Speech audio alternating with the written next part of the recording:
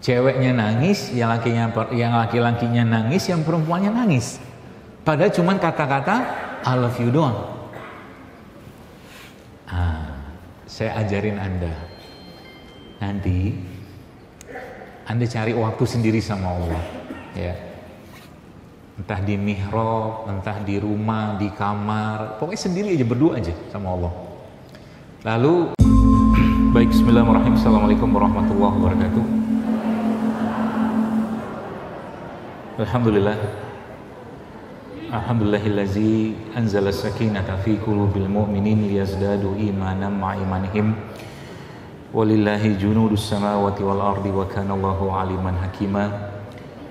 Subhanaka la ilma lana illa ma 'allamtana innaka antal alimul hakim. Allahumma rabbi shrah li sadri wa yassir li amri wahlul 'uqdatam min lisani yafqahu qawli. Allahumma zidna imanan wa yaqinan wa fiqhan. Allahumma shalli wa sallim wa barik ala nabiyyina Muhammad wa ala ali Muhammad kama shallaita ala Ibrahim wa ala ali Ibrahim innaka Hamidum Majid. Wa barik ala nabiyyina Muhammad wa ala ali Muhammad kama barakta ala Ibrahim wa ala ali Ibrahim innaka Hamidum Majid.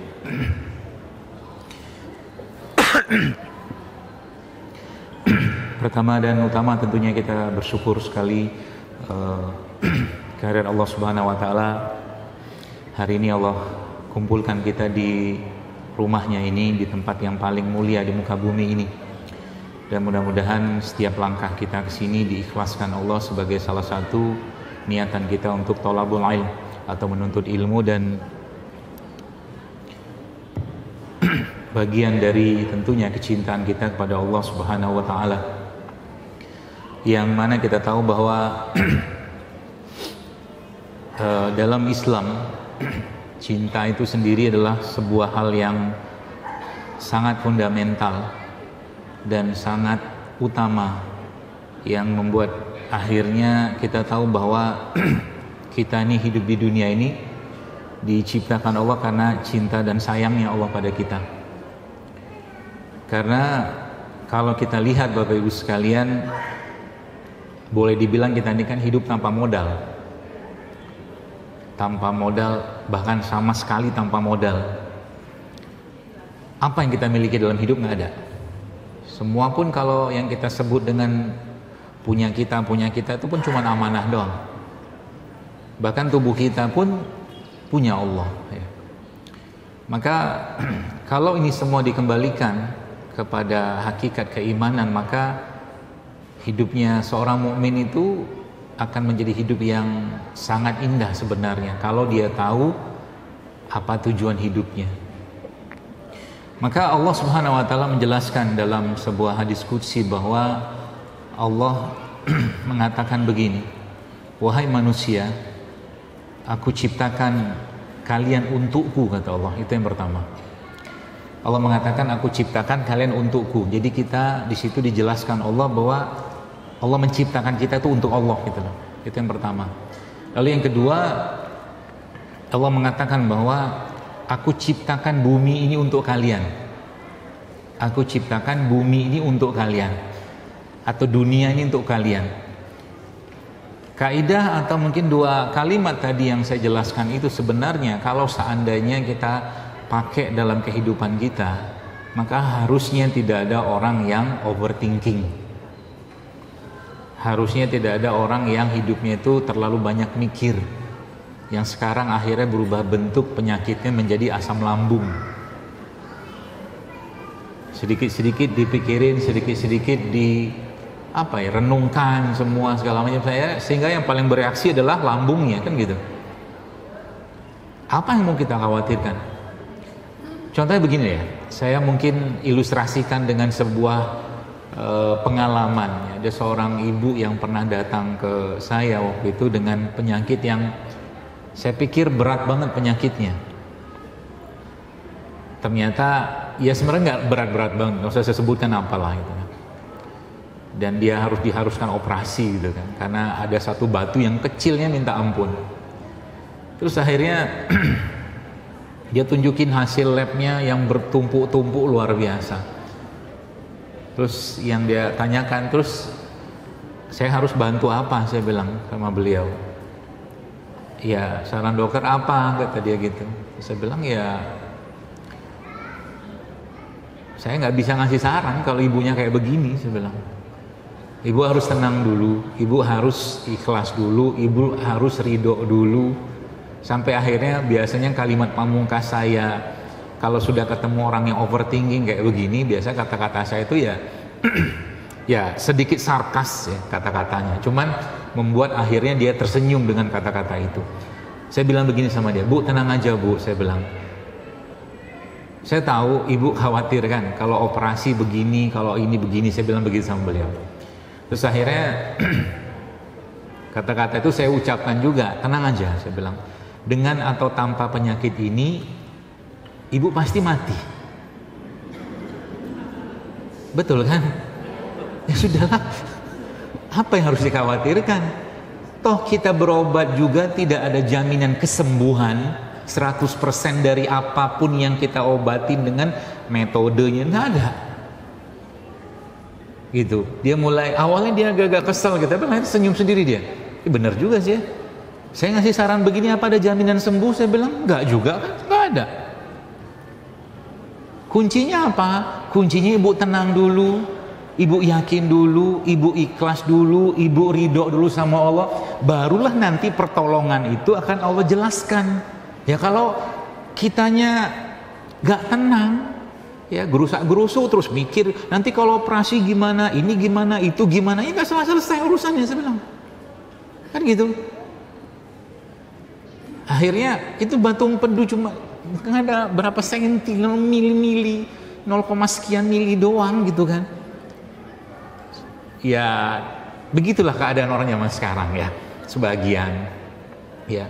Nah, jemaah sekalian yang saya hormati, keadaan-keadaan seperti itu tuh ya, yang berkaitan dengan diri kita itu ya, lagi-lagi memang muncul kalau seandainya kita nggak ngerti atau kita belum paham sebenarnya esensi kita ini diciptakan ini buat apa sih oleh Allah gitu kan. Ya, maka mulai sekarang kalau kita ditanya apa tujuan hidupmu, maka jawabannya cuma satu, Allah aja. Apa tujuan hidupmu? Allah, udah titik. Supaya nggak ada tujuan yang lain. Kalau tujuan lain itu cuma tujuan ya apa ya, lapis kedua, ketiga, keempat gitu aja. Baru tenang hidup kalau nggak. Ya. Sehingga nanti apa? Berbekal dengan ketenangan itulah jamaah sekalian, kita tuh mulai bisa berpikir ya, berpikir benar gitu kan, antara hatinya, antara akalnya ya, dan antara jasadnya itu sinkron. Hati, akal, jasadnya sinkron. Nah yang zaman sekarang itu banyak nggak sinkron ya. Bahkan yang terjadi adalah banyak orang ketika mereka nggak ngerti apa yang mereka lakukan, tujuan hidup segala macam, akhirnya muncullah istilah-istilah atau mungkin hal-hal yang sebenarnya tidak harusnya nggak ada. Contoh mungkin pernikahan. Apa tujuan pernikahan secara syariat? Atau mungkin kita kembalikan ke makosidnya. Salah satu tujuan pernikahan itu pasti adalah untuk menghasilkan anak keturunan. Maka ketika ada muncul di situ ada istilah free child, nggak masuk di situ secara syariat, gitu, ya. Maka kalau kita kembalikan atau mungkin kita kembali melihat bagaimana agama ini dan segala petunjuk yang Allah Subhanahu wa taala berikan kepada kita melalui lisan baginda Nabi sallallahu alaihi wasallam, maka tujuannya cuma dua. Tujuan pertamanya adalah untuk membuat kita baik dan pertama khair. Pokoknya apapun yang ada dalam agama ini tujuannya pasti membuat kita itu menjadi baik. Kalau dikerjakan secara baik dan benar sesuai dengan tuntunannya. Yang pertama, yang kedua apa? As-sa'adah. As-sa'adah itu apa? Bahagia. Sekarang kalau saya tanya, Bapak Ibu sekalian bahagia nggak hari ini? Kenapa? Kenapa bahagia? Karena tadi pagi makan nasi kuning misal, ada, ya. Maka nanti di situ nanti surat Ad-Duha itu kalau kita tadaburi sedikit itu bunyi dalam sekali.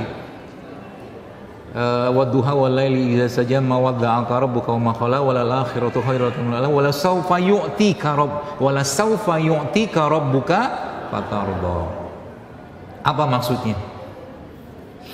Jadi sekarang kalau kita bicara tentang kebahagiaan, ya, nanti nggak lepas dari cinta itu, ya. Maka ada orang, ini level paling rendah seseorang itu hidup dan bekerja, ini levelnya hanya untuk mencari uang, ya. Itu level paling rendahnya. Level paling rendah seseorang kalau dia bekerja di dunia ini, itu level paling recehnya mungkin bahasa kita adalah mencari uang. Itu yang pertama. Di atasnya itu adalah lebih bagus lagi, ya. Nah, kalau sebelum kita ngomong yang keduanya, maka yang pertama tadi kita bahas sedikit.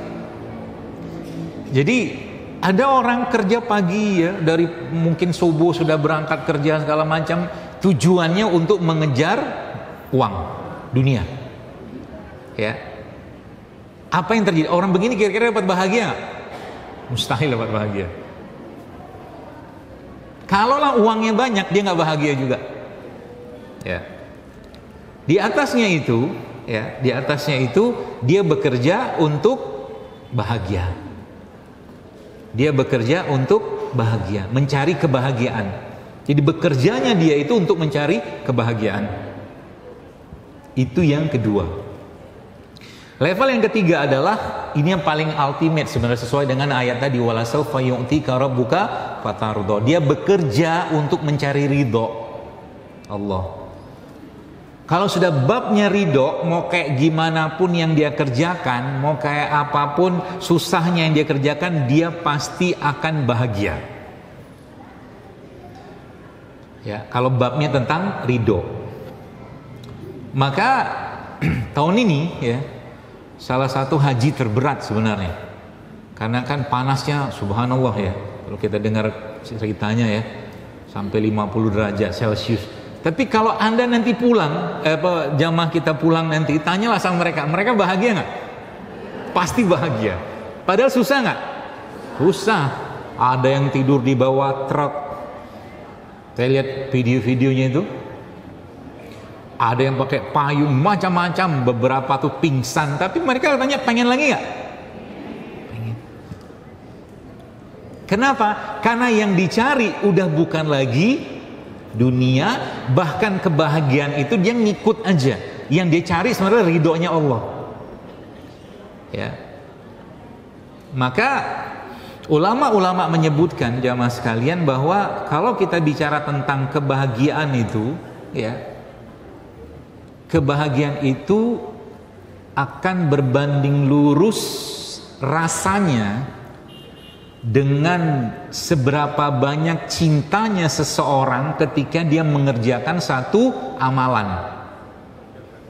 Jadi bahasanya adalah kenikmatan ibadah itu tergantung dengan rasa cintanya orang itu dengan ibadah tadi. Maka Allah Subhanahu wa taala, ya sekalian, kalau kita lihat, ya, kita kan hidup di dunia ini kan sebenarnya sudah ujian. Ujian itu kira-kira definisi yang tergambar di pikiran kita itu senang atau susah? Pasti susah. Maka Allah Azza wa Jalla memberikan berbagai banyak sekali jalan-jalan kepada kita semua untuk apa? Untuk kita itu senantiasa bahagia. Bahkan kalau sebenarnya saya tanya dulu, beda bahagia sama senang apa?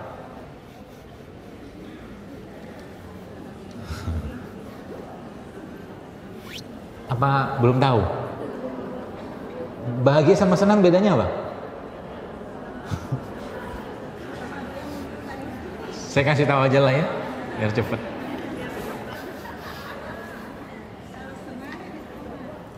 Senang tuh begini, misal nih, senang, ya, ada orang pengen sepeda misalkan, sepeda apa merek ABC lah misalkan gitu kan. Kemudian bismillah akhirnya dia dapat sepeda itu. Senang nggak dia? Sebentar apa lama? Sebentar kan? Sebentar. Paling 3 hari senangnya. seminggu lah paling. Ya. Tapi kalau orang jamaah haji itu senang apa bahagia? Bahagia. Tahu kan? Selamanya kan? Kenapa mereka bisa bahagia?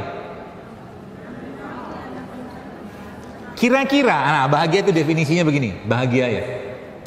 Bahagia itu adalah dia tidak sedih dengan masa lalu, tidak cemas dengan masa depan. Itu bahagia. Sekarang orang yang haji itu, dia pulangkan, mereka pulang, subhanallah. Masa lalunya mereka setelah mereka haji itu adalah mereka berpanas-panasan. Itu panas-panasnya mereka itu yang jelas-jelas itu bukan hal yang gampang, apalagi orang tua ya. Itu tidak membuat mereka bersedih, tapi bahagia.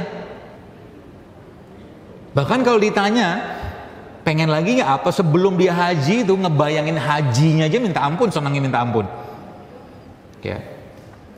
Maka definisi bahagia itu tadi, dia nggak sedih dengan masa lalu, nggak cemas dengan masa depan. Yang zaman sekarang justru malah banyak orang yang masa lalu disedihkan, masa depan dicemaskan, ya kan? Akhirnya yang bereaksi apa? Yang bereaksi pasti badan, gitu. Ini semua dipikir, ini dipikir, semua dipikir, gitu loh. Padahal ujung-ujungnya sebenarnya kan ya apa yang mau dipikir? Orang hidup kita diurus sama Allah kok. Apakah ada urusan dalam hidup kita nggak diurus sama Allah? Nggak ada. Jadi tadi pagi itu dalam perjalanan ke sini Bapak Ibu sekalian, saya itu lagi mikir alam semesta. Kenapa saya mikir? Tiba-tiba ada matahari gitu kan, bukan tiba-tiba, di situ dilihat ada matahari masih lagi kuning-kuningnya gitu kan. Subhanallah, saya mikir gitu kan, ini bumi kita ini. Saya lihat tiba-tiba saya buka internet, saya lihat bumi kita ini beratnya berapa. Pernah tahu bumi kita beratnya berapa? Berat banget pokoknya.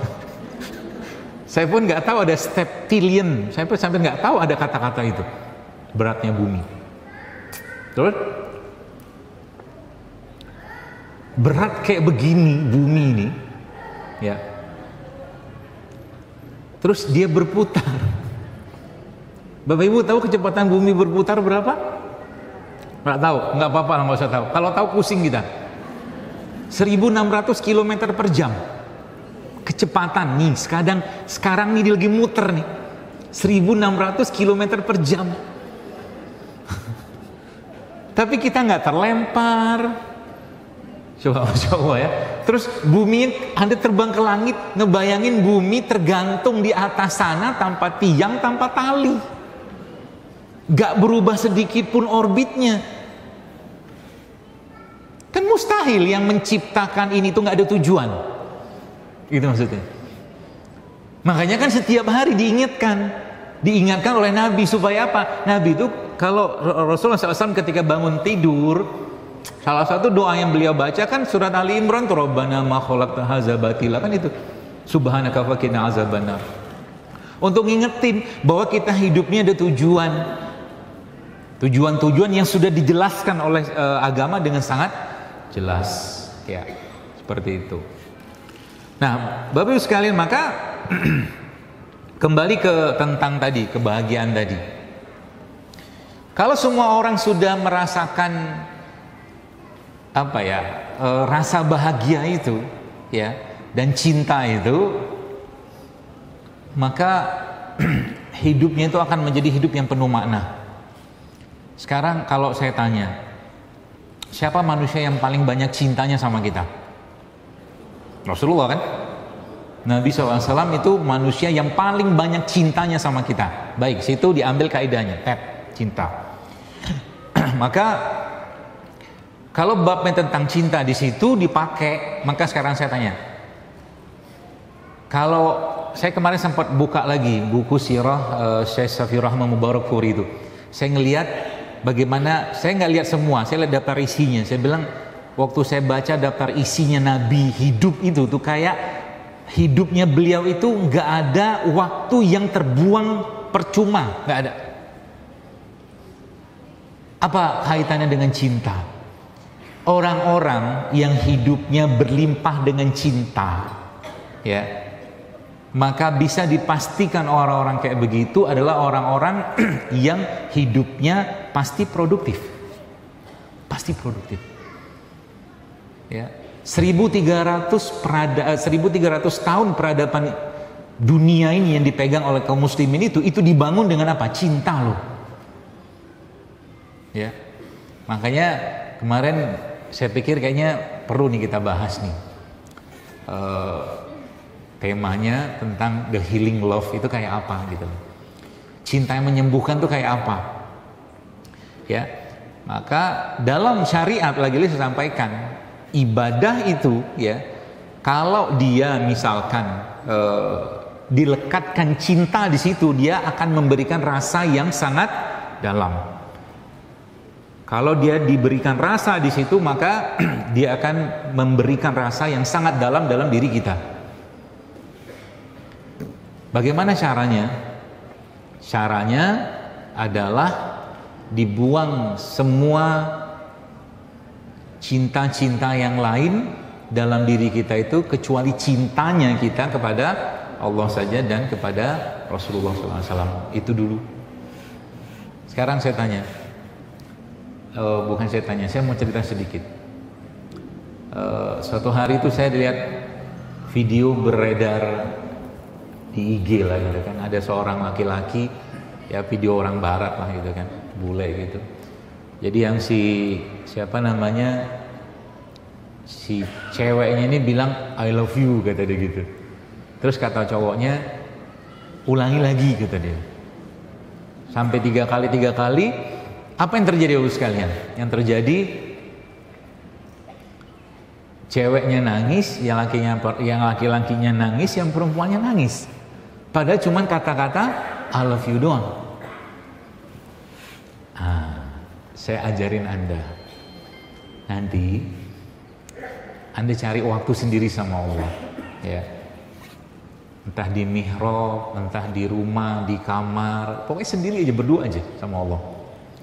Lalu setelah Anda sholat sunat, ya, 2 rakaat atau 4 rakaat misalkan, Anda sampaikan ke Allah, ya. Sampai ini apa? Ya Allah, aku cinta padamu. Ulangi terus, ya. Ulangi terus kata-kata itu, ya Allah, aku mencintai Engkau. Aku mencintai Engkau, aku mencintai agamamu, aku mencintai syariatmu, aku mencintai Qur'anmu. Pokoknya semua yang kaitan dengan cinta itu sebutin ini terus sampai air mata berlinangan. Itu indah banget. Indahnya kenapa? Kalau saat itu, ya, hati kita itu sudah mulai kerasa lembutnya dan terkoneksinya sama Allah, maka Anda akan nangis. Anda akan nangis. Menangisnya kenapa? Padahal ketika kita menyatakan atau menyampaikan itu, kira-kira kita yakin gak Allah membalas cinta kita? Ya harus yakin sih, yang pertama sih. Harus yakin. Karena merasa atau merasa lah ya, being loved, ya, merasa dicintai oleh Tuhan itu indahnya minta ampun. Sekarang saya tanya lagi, Anda tahu dicintai Allah apa? Anda tahu atau kita tahu dicintai oleh Allah tuh seperti apa? Tahu nggak? Nggak tahu. Nggak tahu gitu. Ya. Kalau kita tahu bahwa cintanya Allah dan sayangnya Allah ke kita itu besarnya luar biasa, mungkin malu kita kalau seandainya menduakan Allah atau membuat Allah cemburu. Karena kalau babnya di situ dipakai tentang cinta, maka kalau sudah bicara tentang cinta pasti ada cemburu, pasti ada rindu atau kangen, pasti ada itu. Maka kalau Anda baca buku Rawdatul Muhibbin, taman orang-orang yang jatuh cintanya Ibnu Qayyim al-Jauziyah itu, Allah itu juga cemburu. Allah cemburu. Kapan cemburunya Allah? Saat hambanya maksiat. Tapi, nah lagi-lagi, kalau seandainya kita pakai kaidah tadi itu Bapak Ibu sekalian, tentang bagaimana kita menjaga cinta kita itu tadi kepada Allah, atau mungkin kita mulai merasa Allah tuh sayang banget sama aku, ya, maka kita malu bermaksiat, malu banget bermaksiat. Contoh begini, kita semua di sini kan bukan boleh dikatakan semua kita ini pendosa, pasti ada dosa lah, pasti saya, Anda semua gitu. Dengan segini banyak dosanya kita, ya, jantung kita masih berdetak, paru kita masih ngembang kempis, darah masih jalan ngalir. Kalau seandainya itu bukan karena sayangnya Allah sama kita, ya habislah udah kita. Misalkan nih satu dosanya kita ngomongin orang lain, misal fitnah, gibah, misalkan kayak begitu. Lalu dari situ Allah kurangi fungsi jantungnya 0,1%. Coba. Kayak apa jadinya kita? Harus pakai pacemaker. Ya, nanti lama-lama pakai apa tuh namanya itu ya, itulah pokoknya pacemaker apa segala macam gitu loh, masa jantung. Ya. Kalaulah mungkin gara-gara bohongnya kita, aliran darah dalam darah kita itu Allah perlambat, sesak napas kita. Itulah bukti bahwa Allah tuh sayang banget sama kita. Segini banyak yang kita kerjakan, dosa kita, kesalahan kita, maksiat kita, gak dikurangi nikmat-nikmat itu. Yang itu adalah nikmat-nikmat defaultnya kita yang Allah sudah berikan dan gak dikurangi. Itulah bukti bahwa kita tuh disayang Allah. Jadi kalau sudah tahu kayak begini, apa yang harus kita kerjakan? Ikutin saja apa maunya dia. Jangan masuk ke wilayah-wilayah yang bukan wilayahnya kita sebagai hamba. Ya, contohnya apa wilayah yang bukan sebagai hamba tuh? Contoh mungkin ngurusin hati. Mana bisa kita ngurusin hati? Hati kita ini nggak bisa kita urus, nggak bisa. Maka kalau lagi ada urusan yang sesuatu yang menyesakkan dada kita segala macam, misalkan kayak begitu tuh, kembalikan semua Allah. Ya aku kembalikan semua urusan ini kepadamu ya Hayyu ya Qayyum bi rahmatika astaghitsu aslih li sya'ni kullahu wa la takilni ila nafsi tarfata aini. Itu. Serahin sama Allah, kembaliin sama Allah semua. Kalau enggak apa? Kalau enggak apa sesek dada nih. Ya. Sesek bau. Ya. Jadi kalau apa namanya ya? Dada ini ya, atau hati kita ini memang paling susah dikontrol. Paling susah dikontrol. Sehingga apa? Sehingga ya memang kita mulai harus pertama sekarang kerjakan itu ya adalah apapun urusannya ya, apapun urusan hidup kita itu serahin sama Allah aja. Gimana caranya? Saya kasih cerita menarik ya, untuk ngetes. Nanti Bapak Ibu bisa ngetes juga kalau mau. Jadi dalam suatu waktu saya ada ngobrol dengan seorang ustadz. Dia bilang begini, "Dok, saya dia bilang ada satu pengalaman." Dia bilang, "Oh ya gimana Ustadz?" Dia bilang, "Saya mau cerita." Itu tuh dia pengen tahu seberapa cepat Allah menolong beliau. Tapi unik ya, gaya beliau itu cerita tentang cerita itu. Jadi suatu hari dia berangkat dari suatu tempat di Bogor pakai mobil. Nah mobil itu memang sudah dalam kondisi bensinnya mau habis, dia nggak mau isi, sengaja. Dan sudah bisa diprediksi dari Bogor itu dia mau ke arah Depok gitu. Ya. Itu pasti akan habis di tengah jalan, bensinnya. Ternyata benar, ya. Terus Dia cerita gitu kan, akhirnya di tengah jalan daerah mana Sentul apa gitu, seingat saya itu, ya mogoklah mobil itu berhenti, sempatlah minggir jalan, terus akhirnya dia diam di situ. Anda tahu dia diamnya ngapain? Dia pengen tahu kan Allah itu ada, ya Allah itu ada, Allah itu pasti menolong, dan dia pengen tahu seberapa cepat dia diberi pertolongan oleh Allah. Sakti nih orang, gitu ya. Oh ya, terus gimana ceritanya Ustaz? Saya bilang, akhirnya dia berhenti pinggir jalan, sudah sempat berhenti di pinggir gitu kan. Dia nggak ngubungi siapa, handphone dia taruh juga, dia biarin. AC nggak nyala kan, habis bensin. Bukalah gitu apa kaca mobil apa manual gitu, buka setengah jam nggak ada yang nyamperin. 1 jam nggak ada yang nyamperin gitu. Akhirnya dia ngubungin, tapi dia tenang ya. Yang membuat dia, jadi selama dia nunggu setengah jam sampai 1 jam itu tuh nggak ada gerusak-gerusuk, nggak takut, ini nggak ada. Dia, saya benar-benar serahkan hidup saya ke Allah sekarang, dia bilang gitu.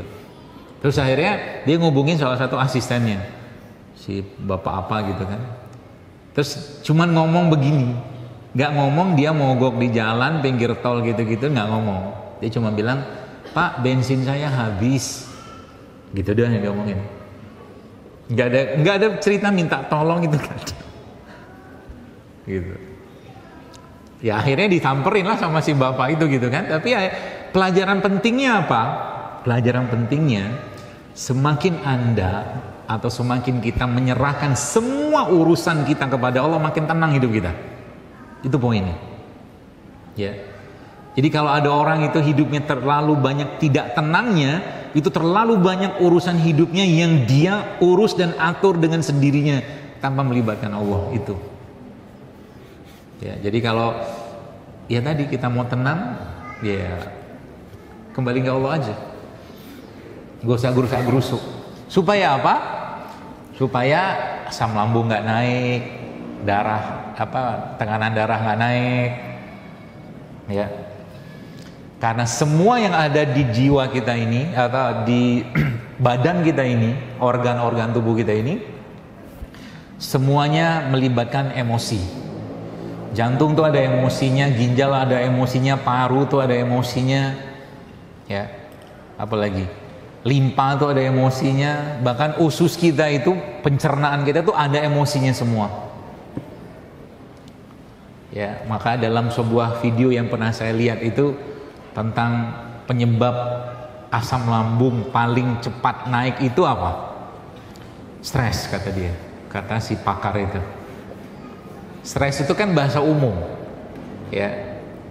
Jadi maksudnya seperti apa ya? Karena terlalu banyak dipikirin. Bahkan mungkin kayak begini, apa ya? Contohnya inilah, ini kurma.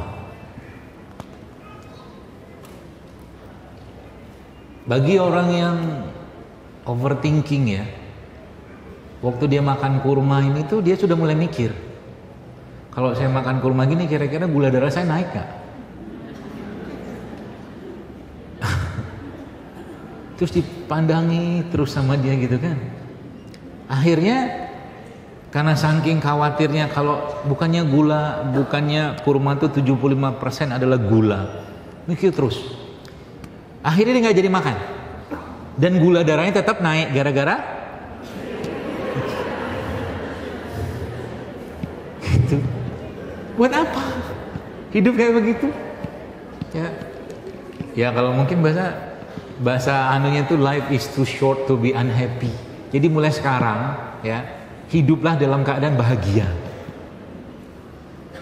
Apalagi banyak gitu kan, dikasih minuman kunyit misalkan, mikir lagi dia, ini kira-kira bikin rahim kering nggak? Semacam lah gitu kan. Mikir lagi. Itu kalau minum madu 1 sendok apa berapa sendok gitu kan, gula darah saya naik apa enggak? Makanya itu sebenarnya itu penyakit, sudah masuk kategorinya penyakit. Maka sudah masuk penyakit kayak begitu namanya was-was. Obatnya apa? Obatnya fa'amdih. Fa'amdih itu terabas. Lawan. Dilawan. Ya. Kenapa nanti baru dicari anunya, apa namanya, jawabannya. Contoh mungkin. Ada pernah Anda baca orang kena diabetes gara-gara makan kurma? Ada nggak? Setahu saya sih nggak ada. Nggak ada. Terus apa lagi? Ada pernah Anda baca orang kena diabetes gara-gara minum madu? Ada. Jadi orang kena diabetes gara-gara apa?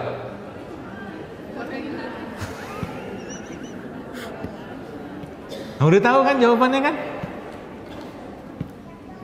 Karena gula olahan lah, gula pasir, gula putih, tepung, terigu kan gitu kan? Tapi masih juga dikerjakan kan? Kenapa?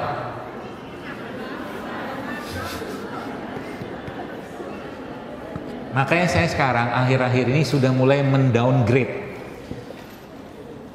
Apa yang saya downgrade? Kalau ada orang lagi makan gorengan, nggak usah takutlah depan saya makan gorengan, makan aja. Karena beberapa video itu kan Dr. Zailul Akbar, polisi sehat apa gitu. Ngapain? Kalau gorengan itu membuat Anda bahagia, makanlah, demi Allah.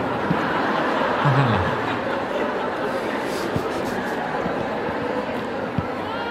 Apalagi pengen Anda makan, makanlah. Ya. Daripada susah hati terus.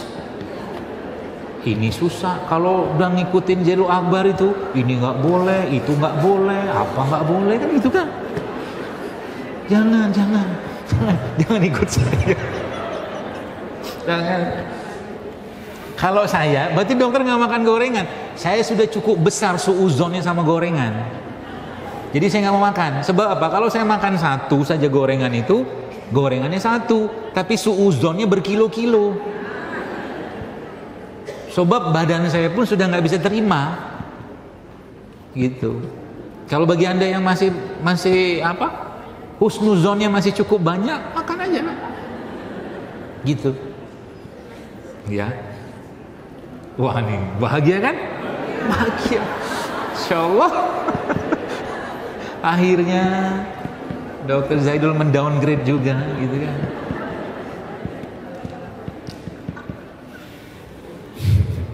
Tapi ingat, tubuh tuh nggak bisa dibohongin. Ya.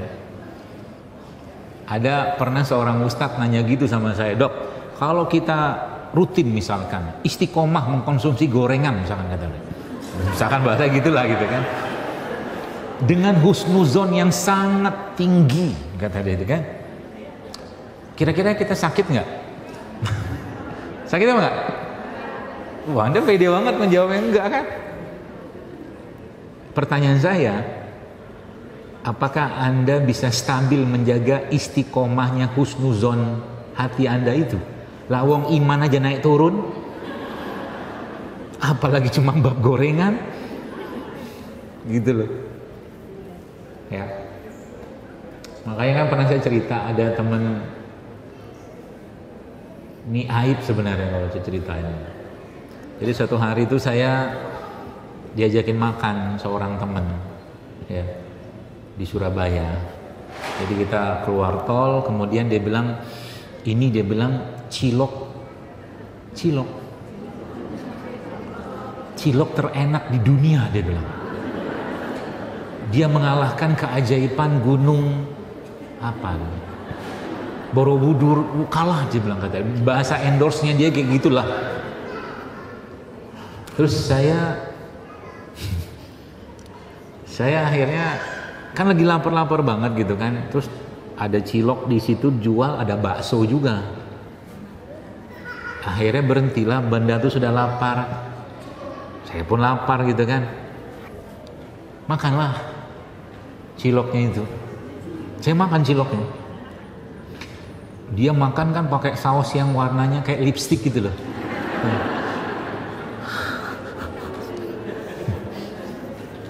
Kasih cabai, dia ajarin pula sama saya, nih caranya begini dok. Ambil mangkok, kasih sambal, kasih apa tuh, saus yang lipstik itu, aduk situ, ciloknya masuk situ. Bahagia banget dia makan itu. Ada mungkin 3-4 porsi dia makan itu. Saya makanlah 1, 2, 3 tusuk lah gitu kan. Judulnya nyenengin kawan. Nah gitu. Makanlah saya. Terus apa namanya, selesai makan itu cilok termahal di dunia ya, ceritanya itu. Terus akhirnya kita itu di daerah mana ya, bukan Sidoarjo, Pandaan, Pasuruan. Mau malamnya itu tuh sekitar siang lah. Kita malamnya itu mau ke dalam perjalanan ke Malang. Akhirnya pergilah, selesai makan siang segala macam, pergilah ke Malang. Di tengah perjalanan mulai bekerja ciloknya ke saya. Mual gitu kan. mual. Sampai akhirnya saya dari Malang itu, dari Malang itu kita mau ke Surabaya karena ada penerbangan jam 9 malam. Gitu. Terus akhirnya makan di Malang itu maghrib, mulai beraksi ciloknya. Saya bilang, saya mampir sebentar ke minimarket, saya ada yang mau dibeli, saya bilang. Keluar minimarket itu, keluar semua tuh ciloknya.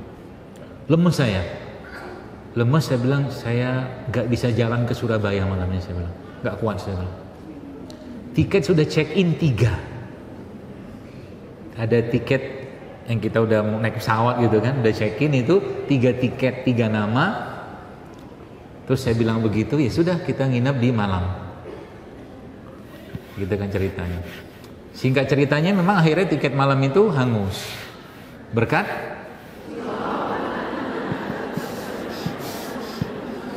gitu. Tak kusesali sama sekali. Jangan disesalin. Coba kalau saya sesalin, saya menaruh apa ya? Saya menaruh buruk sangka sama si abang jual cilok itu di situ selama-lamanya. Itu nggak boleh. Mungkin saya emang nggak cocok aja gitu kan.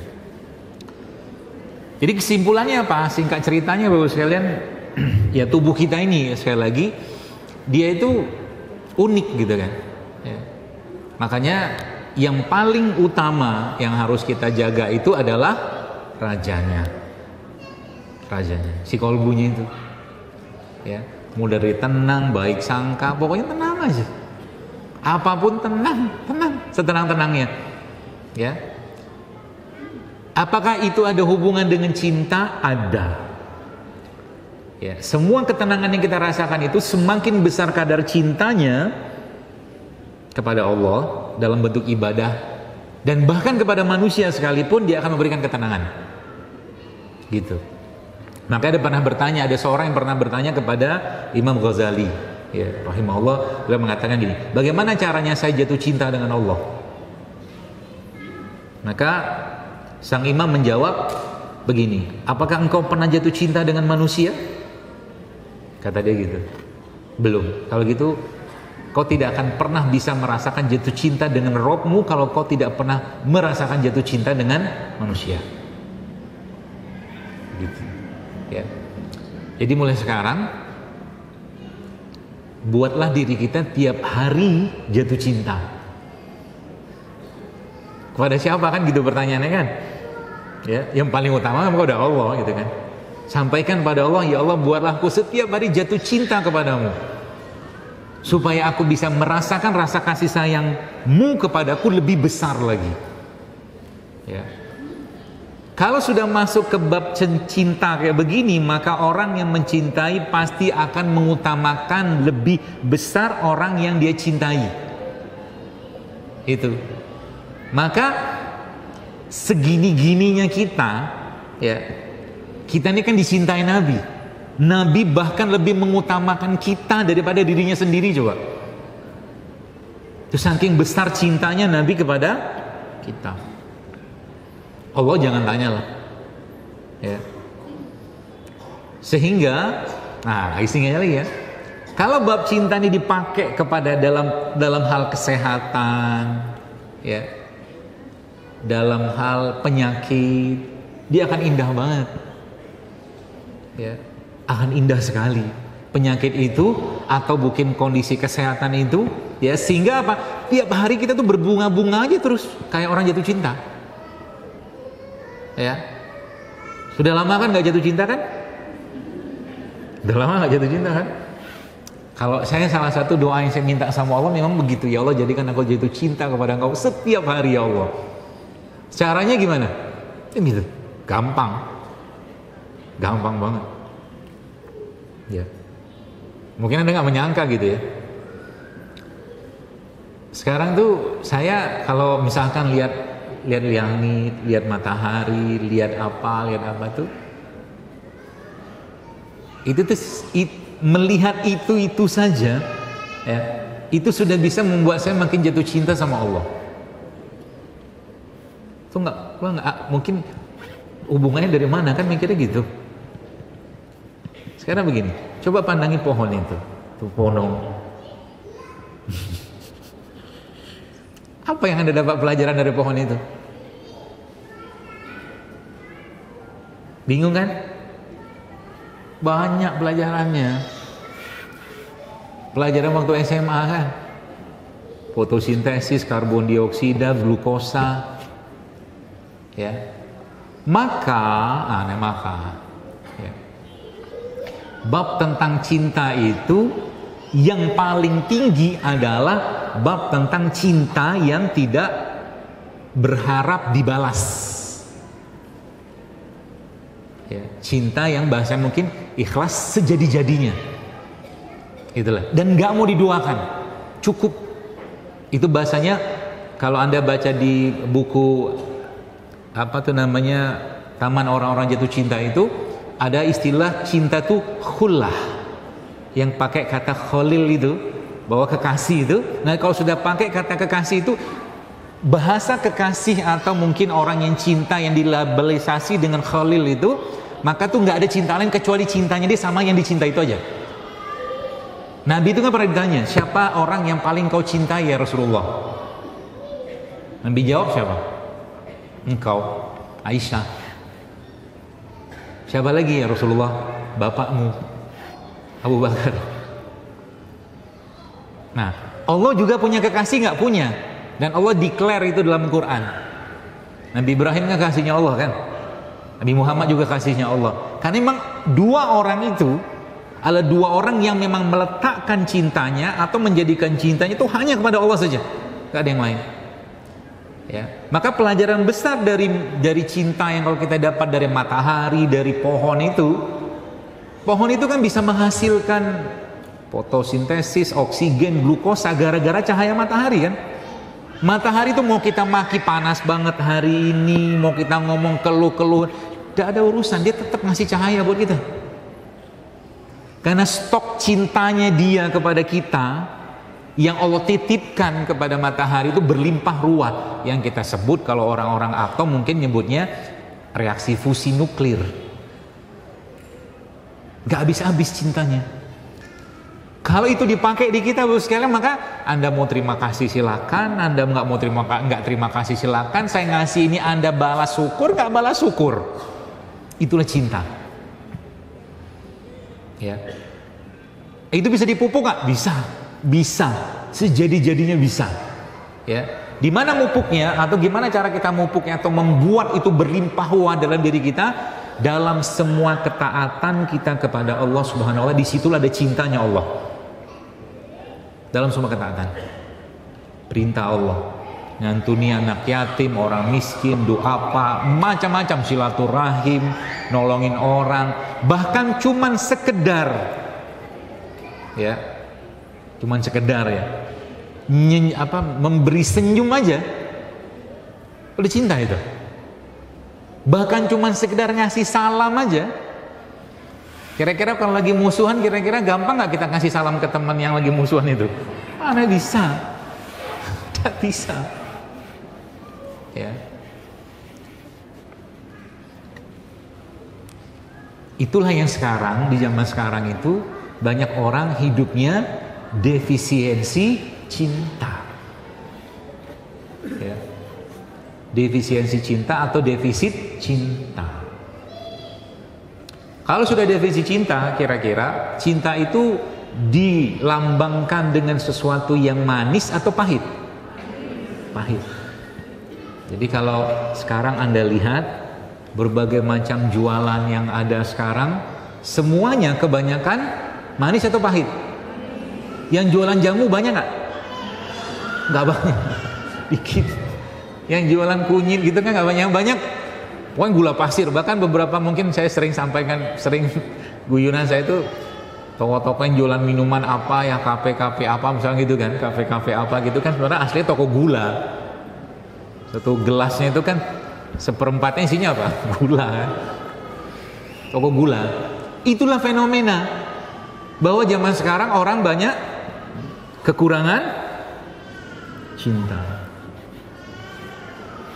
Sehingga mereka menumpahkannya dengan mencari yang manis. Manisnya kira-kira benar atau salah? Salah. Berarti kalau manis nyarinya di mana? Ya madu, kan manis tuh. Kurma, itu maksudnya. Ya, apalagi buah-buahan, itu kan manis. Ya.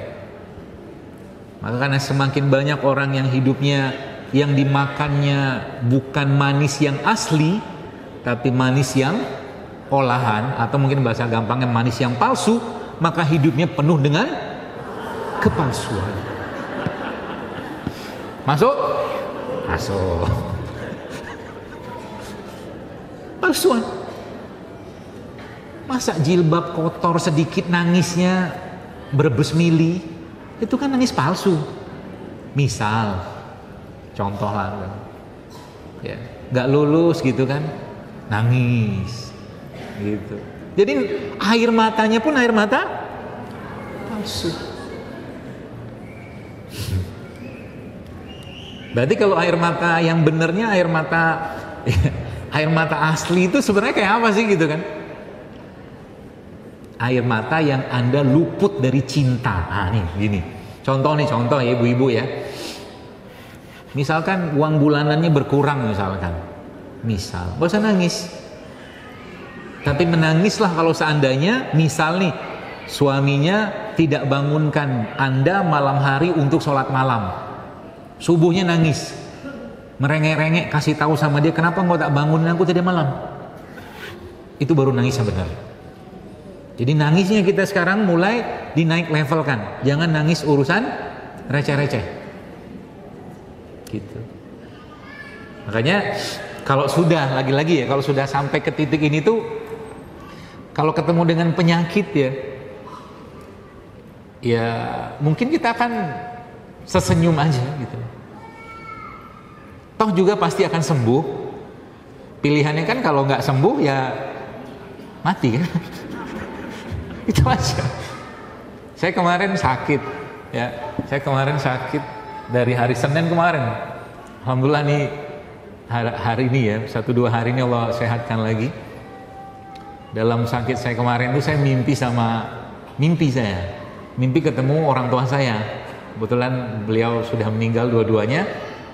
Mereka duduk di sebuah tempat kendaraan gitu, mimpinya malam-malam gitu loh. Terus saya tanya, saya duduk samping mereka berdua. Kemudian saya bilang, saya manggilkan Abah. Kenapa Abah? Mau jemput saya kah? Dia senyum sama saya. Senyum. Di mimpi itu. Gitu kan. Kok bilang belum sih? Emang belum. Kalau iya pun gak apa-apa. Wallah kalau iya pun gak apa-apa. Kenapa? Karena saya tahu bahwa Allah sendiri dalam Quran bilang, barang siapa yang cinta bertemu dengan Robnya, maka Allah juga akan cinta bertemu dengan, atau senang bertemu dengan mereka. Kalau sampai pada titik ini Bapak sekalian, kematian itu bukan sesuatu yang harus kita takutkan. Anda rindu dengan orang tua, atau kita rindu dengan, ya sebutlah mungkin ibu kita katakanlah yang masih ada di kampung. Dah sekian lama nggak ketemu gitu kan. Waktu ketemu kira-kira apa yang terjadi? Bahagia nggak? Sama juga dengan pertemuan kita dengan Allah. Ya kan? Katanya cinta. Berarti kalau mau ketemu Allah caranya gimana? Mati dulu. Tapi karena belum waktunya mati, nah gitu kan. Karena belum waktunya mati, Allah siapkan untuk kita apa? Fasilitas di kehidupan ini untuk menemui Dia. Setiap saat bisa, kapanpun bisa. Entah dalam bentuk doa, bahkan waktu saya atau mungkin kita tadabbur sedikit Isra Mi'raj itu buat saya Masya Allah ya. Kenapa Masya Allah? Bayangin ya, kenikmatan terbesarnya Nabi waktu di Mi'rajkan Allah tuh ketemu Allah kan. Ya pakai tabir atau apapun itu sebutlah mungkin ketemu Allah, bahasa gitu aja biar gampang. Habis Nabi bertemu Allah dalam kondisi Nabi sedih sebelumnya kan, Khadijah meninggal, Abu Thalib meninggal kan, Taib segala macam gitu kan, ketemu Allah. Yang bisa merasakan kebahagiaan Nabi saat itu siapa? Nabi sendiri. Hanya Nabi, kita nggak bisa. Tapi seperti Allah memberikan pesan kepada kita semua bahwa kalian itu juga bisa bertemu dengan aku dan merasakan kebahagiaan itu dan rasa itu sebagaimana kekasihku Muhammad SAW. Adalah saat itu, seketika itu juga Allah memberikan perintah kepada Nabi SAW berupa apa? Sholat. Gitu maksudnya. Maka sholat adalah bukti tertinggi cintanya kita kepada Allah. Itu. Sayangnya, apa sayangnya? Sholat kita nggak ada rasa. Kita, ya Anda, saya, ada rasa. Ada cinta di situ? Ada, secuil. Gitu loh. Tapi kalau kita renungi atau dalami lebih dalam lagi, subhanallah ya. Al-Fatihahnya saja ketika kita baca Alhamdulillahirabbil alamin, apa yang Allah katakan ke kita? Allah bilang kan dalam sebuah diskusi kan, hambaku telah memujiku. Maka nggak sopan banget kalau orang baca Al-Fatihah cepat-cepat, katanya cinta. Maka Nabi kita SAW menjelaskan bahwa dijadikan cahaya mata, pelipur laraku di dua hal, kata Nabi. Salah satu itu adalah sholat. Ya. Maka sholat itu Bapak Ibu sekalian menjadi apa namanya? Ekspresi cinta tertingginya kita untuk merasakan dekatnya Allah dengan kita.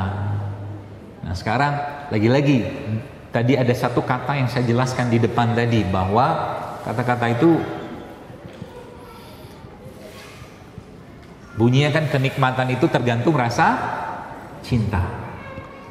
Semakin besar rasa cintanya seseorang terhadap sesuatu atau seseorang, maka akan semakin nikmat di situ. Ya.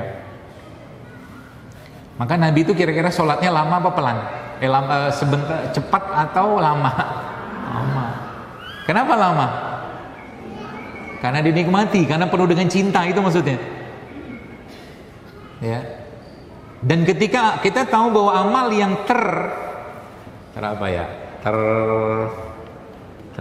terawal dihisap oleh Allah kan sholat. Seperti Allah ingin ngisap seberapa cinta engkau dengan aku selama aku hidupkan engkau di dunia. Maka sholat itu sendiri ya, dari mulai bacaannya, bahkan keutamaannya ya, bahkan bisa dipakai sebagai sarana untuk mengobati, meskipun kita melakukannya bukan untuk berobat. Apa kata Nabi SAW? Contoh ya. Kata Nabi itu, sholat malam itu kata Nabi mengusir penyakit, mencerahkan wajah. Jadi tidak perlu beli skincare yang mahal-mahal. Ya, kalau mau wajahnya glowing binti kinclowing gitu loh. Banyak aja sholat malam, lamain sholat malam ya. Sholat malam itu akan bikin wajah bercahaya gitu, dan dia bisa mengusir penyakit. Makanya contoh nih, mungkin ya, saya ada teman katakanlah Budi ya, misal namanya Budi lah. Saya sampaikan sama Budi, Budi saya sayang dengan engkau, saya sayang kamu, saya cinta dengan kamu, saya bilang. Terus saya mau kasih hadiah buat kamu, saya bilang. Apa itu? Mobil. Katakanlah si Budi lagi pengen mobil yang paling yang dia sukai, contohnya apalah, mobil bagus lah gitu kan. Tapi nanti mobilnya, saya ngomong sekarang sama si Budi nih ya, saya bilang sama Budi, tapi nanti mobilnya akan saya berikan nanti malam jam 2, sama STNK-nya, sama BPKB-nya, semua lengkap, kamu tinggal pakai aja mobilnya. Oke? Kira-kira ya, kira-kira nih, sejak saya ngomong itu sampai malam, apa yang terjadi dengan Budi dan perasaannya? Gak bisa tidur kan? Gak bisa tidur, deg-deg ser, berbunga-bunga, itu kan? Gitu. Terus akhirnya sebulan mungkin malam nanti misalkan, akhirnya saya bawalah mobil itu ke Budi ini. Seneng nggak dia? Itu tuh sekedar ilustrasi aja. Ilustrasi yang sebenarnya yang saya mau cerita itu apa? Bahwa seperti itulah Allah Subhanahu wa ta'ala ingin memberikan hadiah kepada kita di sepanjang malam, setiap malam. Itu maksudnya. Ya. Kalau tadi mobil doang, kata Nabi SAW apa? Itu kan kita sudah merasa bahwa kita dicintai Allah, disayangi Allah, Allah mau kasih hadiah buat aku. Apa hadiahnya? Apa saja kau pinta di malam hari itu, kata Nabi SAW, apapun permintaanmu akan dikabulkan, kata Allah, kata Rasulullah. Kau minta ampun, diampuni. Kau minta surga, akan diberi surga. Apa aja. Dan itu ditunggu Allah setiap malam. Artinya, menurut saya sih, agak kurang ajar kalau Tuhannya setiap malam nunggu, hambanya malah tidur. Agak kurang ajar. Ya gak sih? Ditungguin setiap malam loh. Mau minta apa? Semua akan dikasih. Ini yang mau ngasih ini siapa? Yang punya alam semesta. Sekarang saya tanya di sini. Tapi saya yakin gak ada yang pernah berdoa kayak begini. Kalau ada, saya kasih uang sekarang. Berapa banyak? Seada-adanya dalam kantong saya. Adalah cukup banyak. Sekarang saya tanya, doa kita itu ya adalah cara pandang kita terhadap Allah. Oke?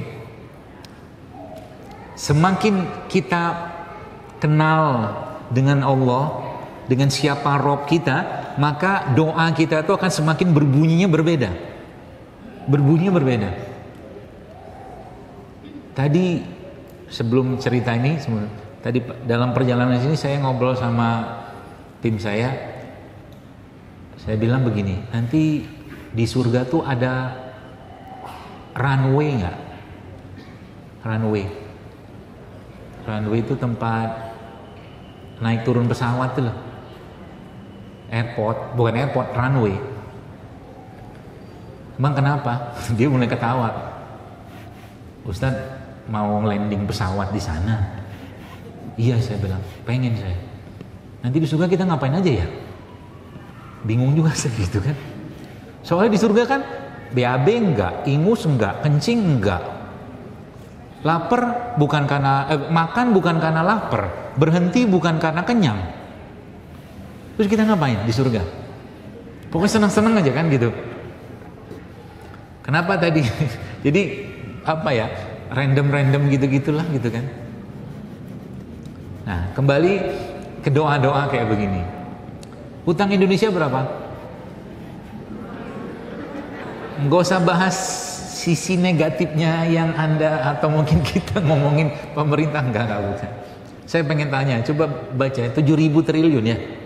Coba 7.000 triliun.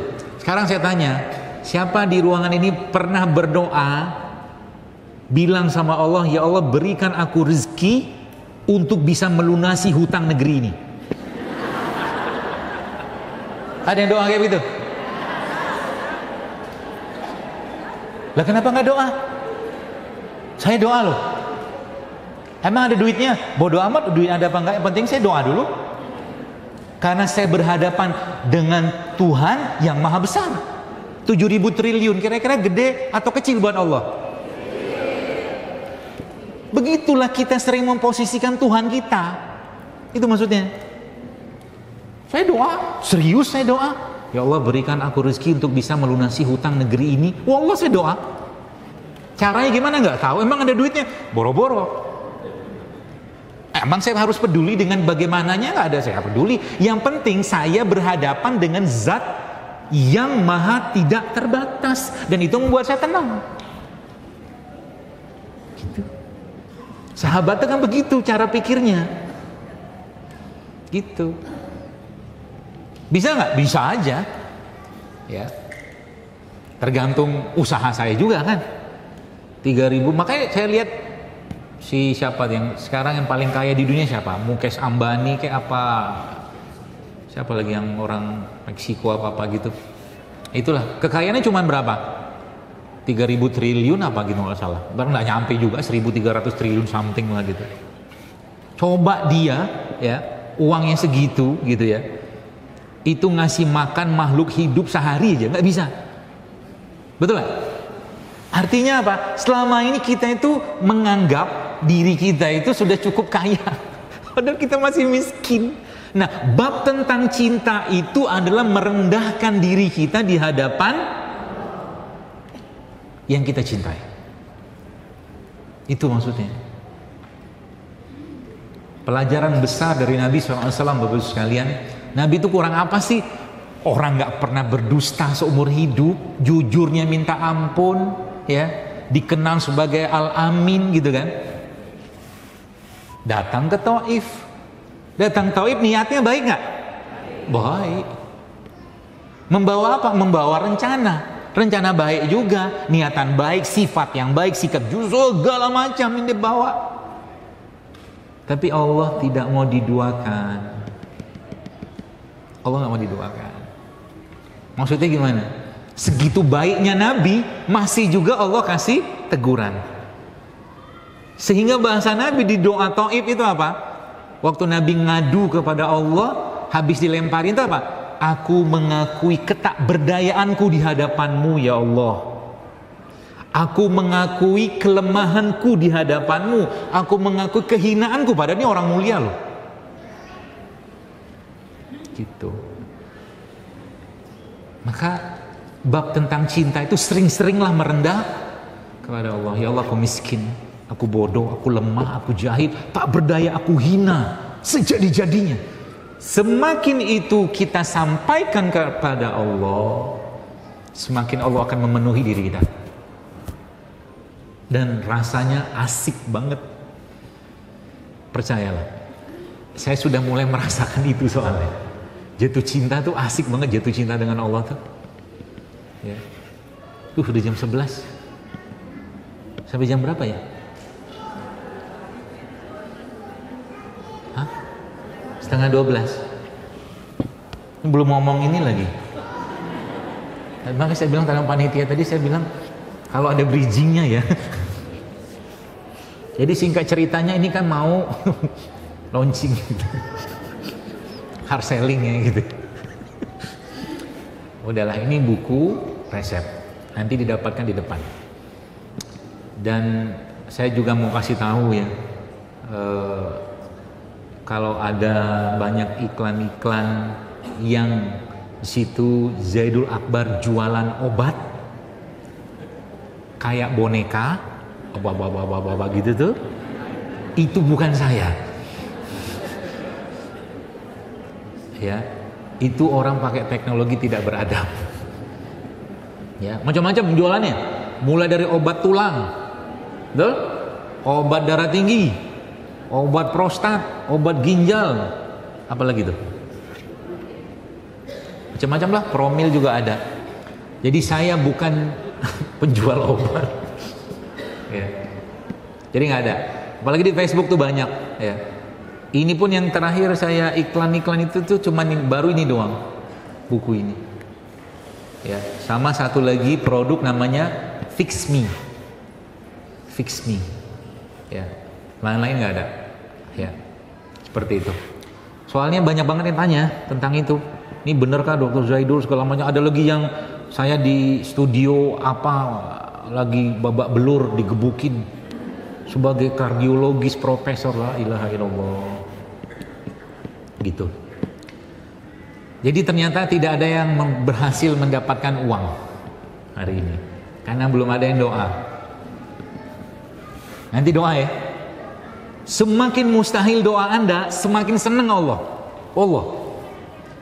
Harusnya dari dulu doa begini kata Allah gitu. Karena aku maha tak terbatas. Gitu. Ya. Surga aja kan disuruh minta surga Firdaus. Ya, dengan modal ibadah kayak begini aja kira-kira kayaknya sih agak berat-berat gitu kan. Minta surga Firdaus ya. Tapi memang perintahnya kan begitu. Ya. Tuh ya. Jadi tentang apa tuh nama tadi tuh tentang sesuatu atau mungkin doa tadi itu ya, pelajarannya yang mungkin saya bisa share kepada Anda itu sebenarnya pelajaran waktu perang Khandaq ya.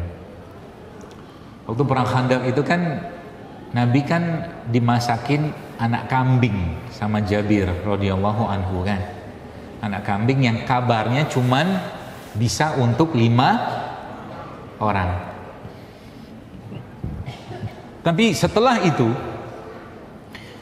Nabi berpesan kepada Jabir kan. Pesannya apa? Jangan dibuka pancinya itu atau jangan disajikan sebelum aku datang.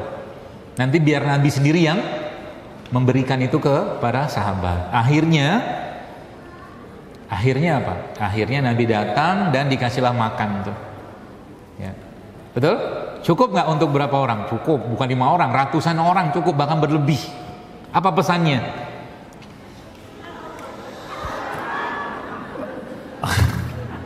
Saya pikir atapnya rubuh. Terlalu reaktif.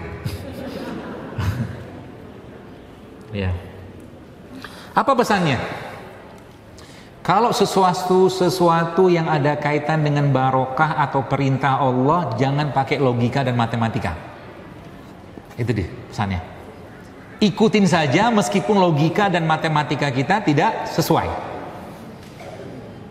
Ya.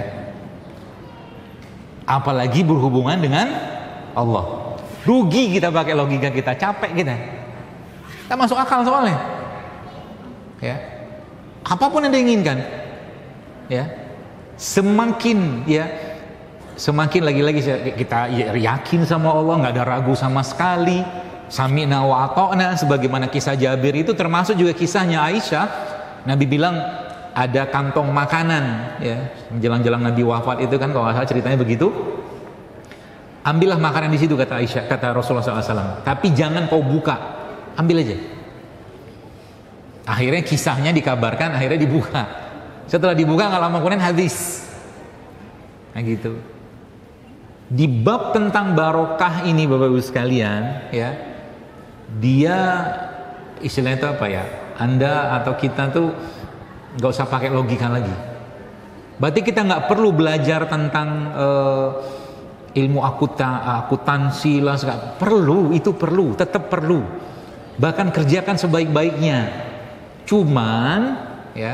Cumannya apa? Cumannya itu tadi, Kalau kita itu terlalu banyak pengalaman, akal kita dipakai pada sesuatu yang kita mau sandarkan dan tautkan sama Allah, barokahnya itu tidak akan sempurna di situ. Itu poinnya. Jadi kalau Anda tanya kemarin dokter sehatnya minum apa? Tidak tahu saya. Sehat aja sendiri. Minum habas soda iya, kunyit iya, bikin wedang sendiri iya gitu kan, akhirnya ya sembuh aja sendiri. Gitu. Udah waktunya sembuh memang mungkin. Gitu kan. Yang disuruh dan pelajarannya buat saya apa di situ sebenarnya?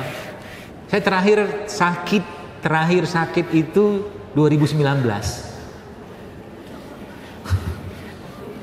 Ya COVID gitulah ya, sakit seperti itu. Terakhir. Itu pun masih bisa aktivitas lah gitu kan. Gitu. Sekarang mungkin ditegur, kau tuh juga manusia. Manusia itu masih sakit gitu kan. Mungkin gitu pesannya. Ya, supaya apa? Supaya sadar. Makanya ada sang guru saya itu pernah cerita, ya. Saya tahu kapasitas ilmu dia kayak apa, saya tahu. Dan kalau dia ngikut kuliah S2, saya tahu itu tidak akan cocok sama ilmu dia yang jauh di atas itu. Tapi dia masuk S2 untuk apa? Untuk membuang kesombongannya dia. Jadi sekolahnya S2 dia itu untuk membuang kesombongannya dia. Hanya itu doang. Gitu. Saya kemarin waktu Ramadan kemarin bertemu dengan seorang ustadz yang Masya Allah dia sebutlah sekolah di satu tempat selama 7 tahun gitu kan. 4 tahun atau 5 tahun itu S1, 2 tahun S2-nya. Dia bilang nggak dapat apa-apa selama 7 tahun. Ya, tapi ilmu Qur'annya Masya Allah tawaduknya luar biasa. Sekali ngimamin dari jam 8:30 sampai 2:30 tanpa murojaah sama sekali. Dan dia ngafal Quran itu pun dia bilang hafalan saya belum sempurna, dia bilang gitu. Anda tahu kenapa dia ngomong gitu? Karena starting awal dia ngafal Quran sampai selesai 30 juz dan bersanad, dan dia pemegang qiraah sampai 10 gitu seingat saya itu dia bilang gini, ya Allah, saat setoran terakhirku, kata dia, dan aku setorkan kepada guruku, dan aku minta padamu kalau setoran itu sudah sempurna ya Allah, maka ambillah nyawaku. Doanya kayak begitu. Tapi ternyata belum sempurna. Makanya waktu beliau ngasih ijazah Hafizul Quran itu di syahadahnya itu kan ditulisnya Hamilul Quran, di atasnya Hafizul Quran. Dia nggak mau. Saya belum Hamilul Quran, dia bilang. Wah, Masya Allah. Ya, makanya lagi-lagi ya. Kalau kita bicara tentang cinta tadi itu, ya, tempat paling bisa kita ngisi hati kita dengan cinta itu adalah dengan Quran. Semakin lama kita dengan Quran, semakin besar cinta kita kepada Allah. Ya. Naik lagi levelnya setelah itu, mulai tadaburin Quran. Nah sekarang kita udah selesai. Sedikit lah ya. Sayang duitnya, saya mau kasih hadiah. Mau? Coba buka Ali Imran ayat 33. Ali Imran ayat 33.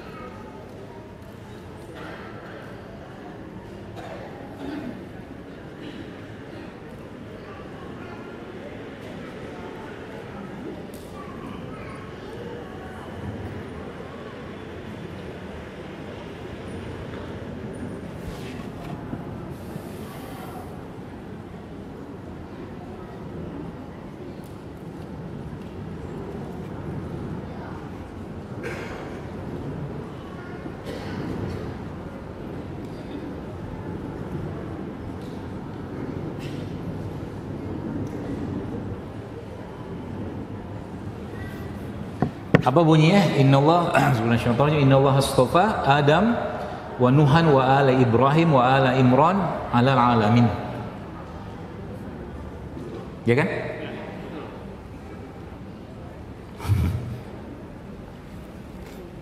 Ada keanehan apa di ayat itu?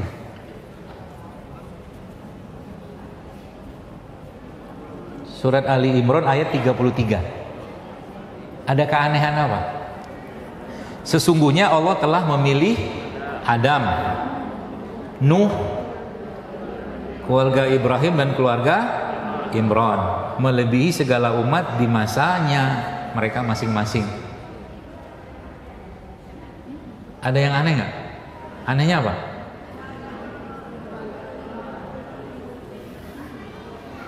Bukan nabi. Terus apa lagi?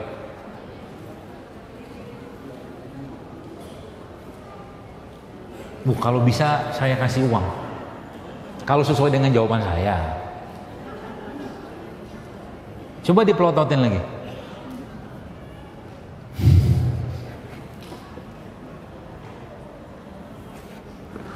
Hadiah yang sudah disiapkan. Anda tahu? Angkat tangan kalau tahu.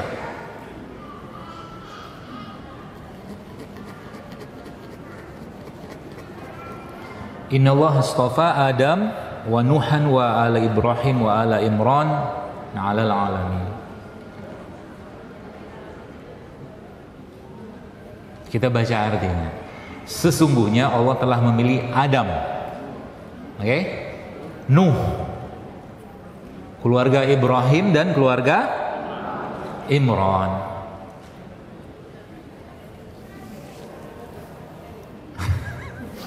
Kenapa saya dipelototin?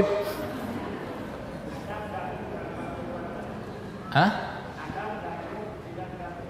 Wallah, betul. Ini Pak, dapat duit. Betul. Adam dan Nuh tidak pakai Ali. Ali, keluarga. Masya Allah nih. Terima kasih Bapak. Jazakallahu khairan.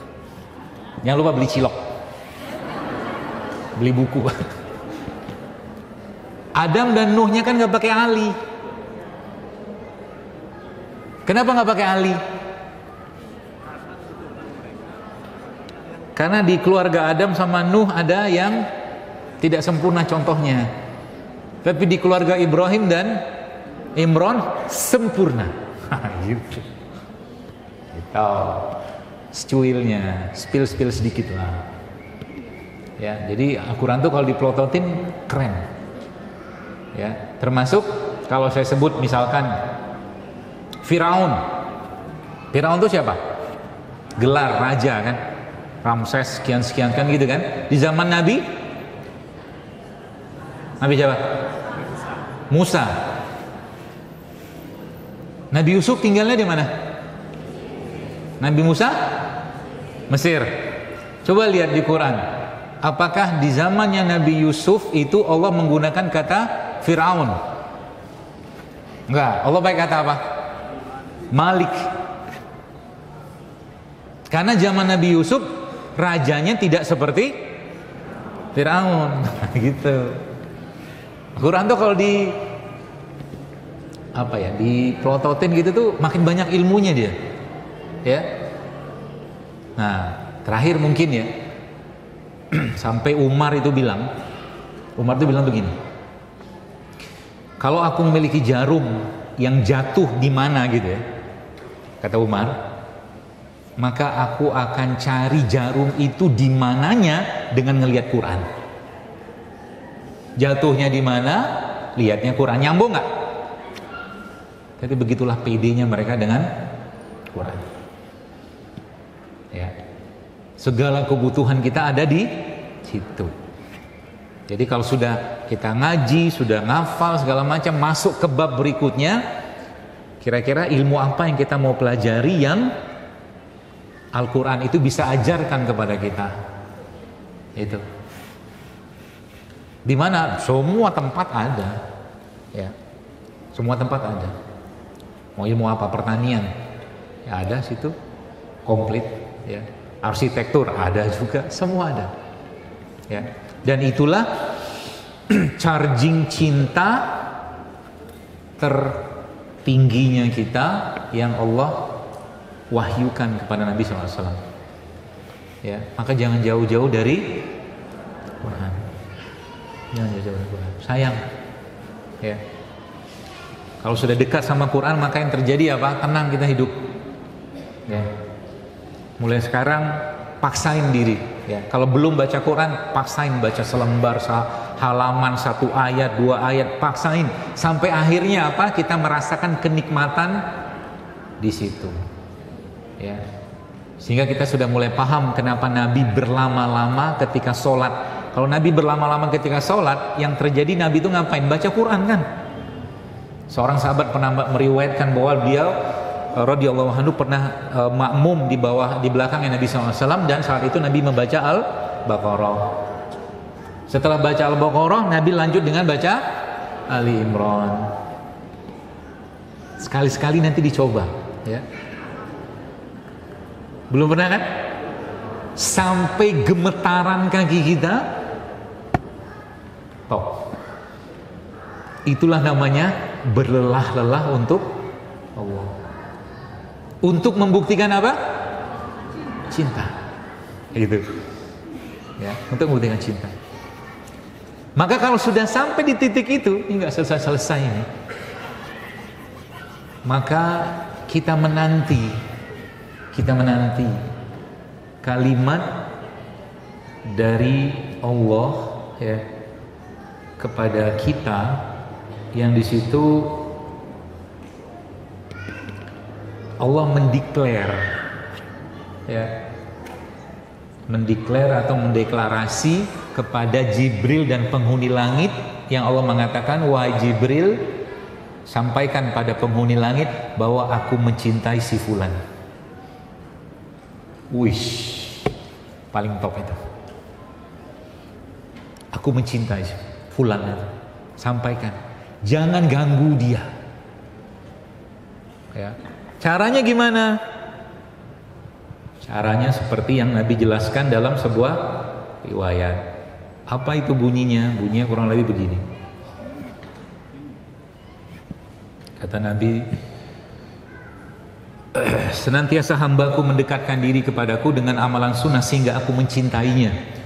Jika aku telah mencintainya, maka aku menjadi pendengarannya yang ia mendengar dengannya, dan menjadi penglihatan yang ia melihat dengannya, dan tangannya yang bergerak dengannya, dan kakinya yang ia berjalan dengannya. Maka denganku ia mendengar, melihat, bergerak, dan berjalan. Jika ia meminta kepadaku, pasti aku akan memberinya. Dan jika ia meminta perlindungan kepadaku, pasti akan aku lindungi, dan tidak ada keraguan padaku tentang sesuatu yang aku kerjakan, sebagaimana keraguanku saat mengambil nyawa hambaku mukmin yang tidak suka kematian, dan saya tidak suka menyakitinya. Asik kan? Susah nggak? Susah. Ya, tapi paling tidak kita sudah mulai tahu clue-nya, caranya. Ya. Caranya sudah mulai paham. Kalau sudah mulai paham, bagus sekalian, maka tadi hidup kita akan berbunga-bunganya terus setiap hari. Indah aja. Ya. Apapun itu dinikmati, nggak ada lagi keluhan, ya. Nggak ada lagi keluh kesah, nggak ada lagi menggerutu, nggak ada lagi baper, seterusnya. Jadi hidupnya penuh dengan cinta. Sampai akhirnya doa kita apa? Allahumma inni as'aluka hubbak wa hubba ma yuhibbuk wa hubba kulli amalin yuqarribuni ila hubbik. Kan gitu doanya. Ya Allah, sesungguhnya aku mencintaimu, mencintai orang-orang yang mencintaimu, dan berikanlah aku taufik hidayah untuk beramal sebagaimana orang-orang yang mencintaimu itu, gitu loh, yang mendekatkan semua kepada engkau, gitu loh. Wallahu a'lam bishawab. Saya kembalikan lagi pada moderator. Assalamualaikum warahmatullahi wabarakatuh. Waalaikumsalam warahmatullahi wabarakatuh. Masya Allah, hari ini kita banyak sekali dapat ilmu tentang konsep cinta dan juga bahagia. Luar biasa ya. Cinta, jika kita dipenuhi dengan cinta, maka hidup kita akan produktif. Dan bahagia adalah definisi dari jangan pernah sedih di masa lalu dan jangan cemas di hari esok. Masya Allah, luar biasa ya. Hari ini kita dapat ilmu yang luar biasa dari dokter terkait dengan materi kita di hari ini. Ya, Masya Allah. Dok, izin ini ada beberapa pertanyaan dari teman-teman. Yang pertama ini terkait dengan, Dok, boleh nggak kasih tips buat remaja jompo katanya? Jadi remaja tapi sering sakit-sakitan. Ini bagaimana tipsnya biar tidak gampang sakit? Dan yang keduanya adalah di depan kita kan sudah melihat beberapa ramuan herbal. Ini terkait dengan cara pembuatannya, Dok. Apakah rempahnya itu lebih berkhasiat digeprek daripada dipotong? Itu gimana alasannya? Terima kasih.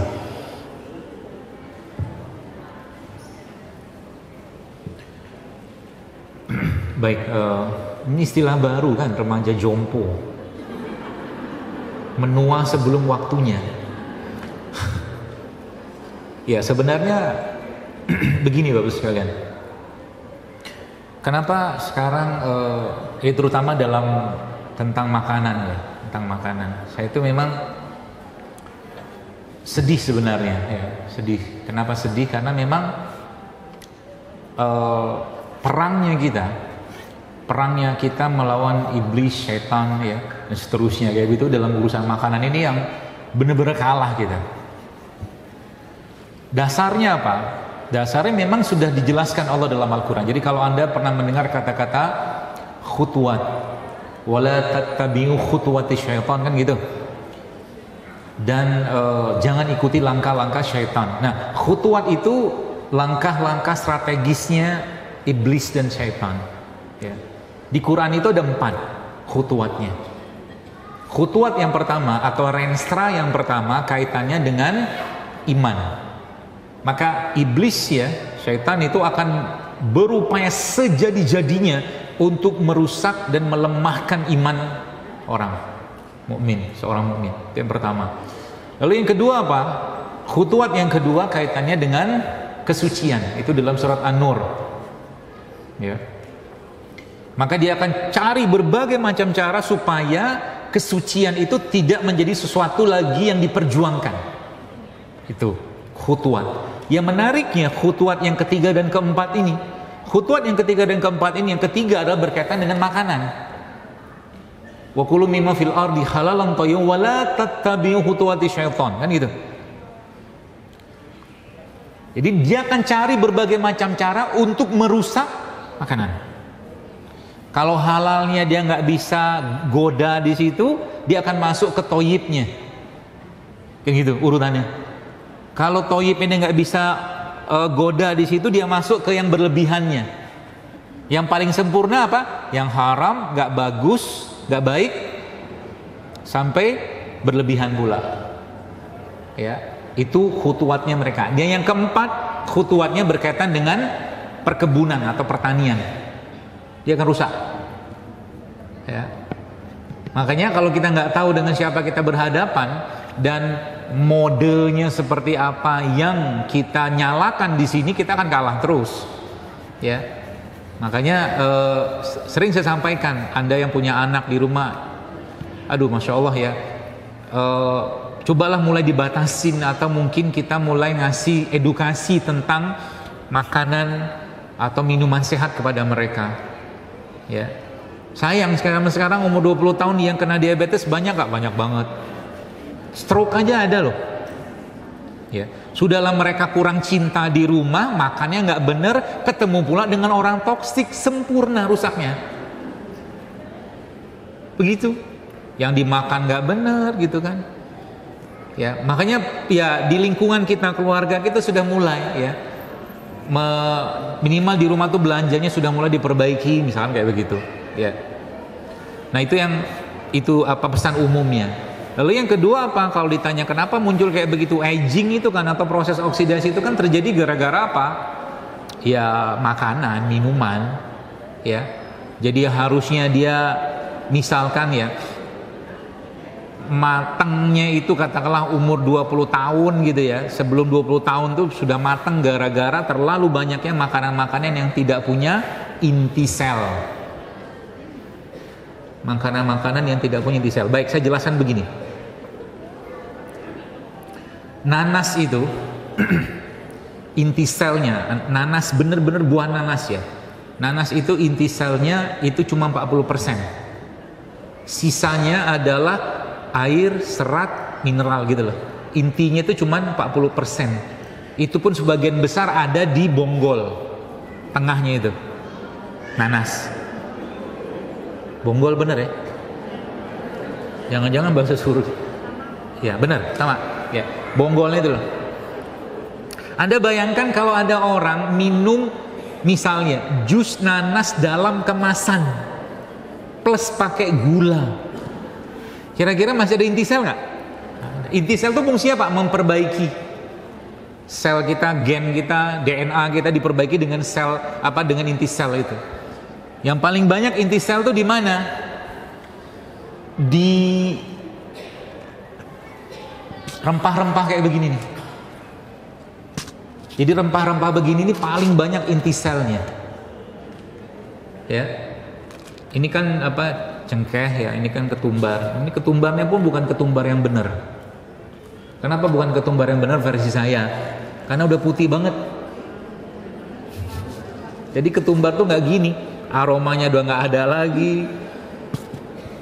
Karena orang pengen ketumbar yang kinclong. Kan gitu. Jadi mereka ini paling banyak inti selnya sebenarnya. Artinya apa? Kenapa muncul apa namanya aging tadi itu, atau mungkin jompo-jompoan tadi itu? Terlalu banyak makanan-makanan yang tidak dimakan yang tidak memiliki inti sel lagi. Inti selnya paling banyak di mana? Rempah, rimpang itu paling banyak. Biji-bijian, kopi, bahkan kopi itu, biji kopi itu, ya itu tinggi sekali inti selnya itu. Ya, jadi kalau misalkan Anda makan mangga itu inti sel terbanyaknya justru malah di biji yang dalam tuh loh. Kita nggak makan kan, tidak apa-apa lah. Ya, maka apa juga sama, pepaya itu inti selnya di mana? Nggak usah dibayangkan, nggak usah dikunyah. Ya. Duku, inti selnya di bijinya. Jadi Anda bayangkan kalau seandainya kita makan buah tanpa biji, di mana inti selnya? Nah, gitu lah maksudnya. Ya. Yang itu dimakan orang yang sekarang kan, pergi ke supermarket cari seedless, semua seedless, nggak pakai biji. Gitu. Udah makan rempahnya jarang, rimpangnya jarang, semua jarang, ya sudahlah, sejadi-jadinya rusak badan kita. Ya, kayak begitu.